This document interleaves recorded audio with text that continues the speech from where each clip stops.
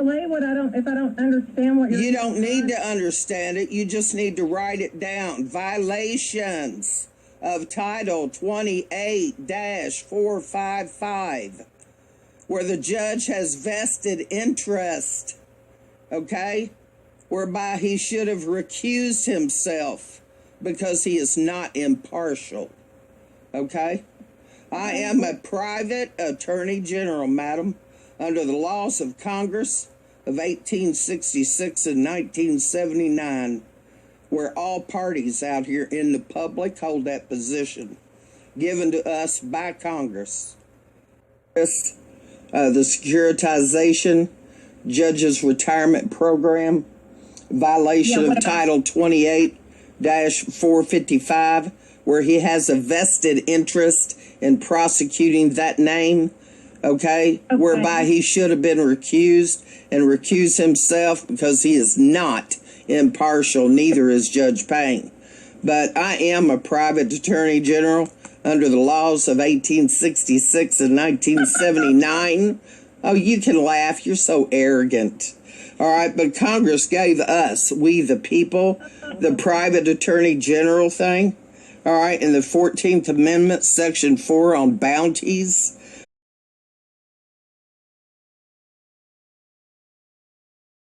A one-of-a-kind battle in a Broward courtroom. Prosecutors facing off against a man defending himself. A man who claims he doesn't need a license to practice law, whose arguments would the jury believe? It's tonight's edition of Carmel on the Case.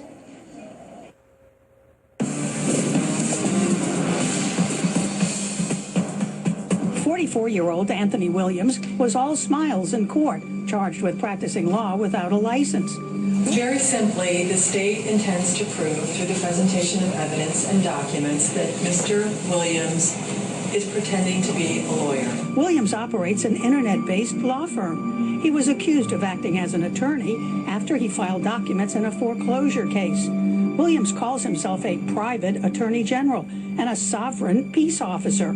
Authorities call Williams a sovereign citizen. Believers think many laws do not apply to them. Hey, you can't arrest nobody for a traffic violation. Well, we are. Last year, Williams posted this video of his arrest for driving without a license. I'm also a foreign diplomat. He says he doesn't need one. During that case, which took 8 months to conclude, he was taken to jail twice. First for failure to follow a judge's order, and then later for driving without a license a second time. In the end, he entered a no contest plea and paid a fine. But then, a month later, Williams was back in handcuffs, this time facing felony charges involving the unlicensed practice of law. When taken into custody at the airport, Williams was carrying his private attorney general ID, the badge, and handcuffs. Y'all charging me with unlicensed practice of law, and I'm trying to understand what law are you charging me with unlicensed, because there's a whole bunch of law. At trial, Williams represented himself. The state have been very deceptive and misleading in what the real law is in the state of Florida.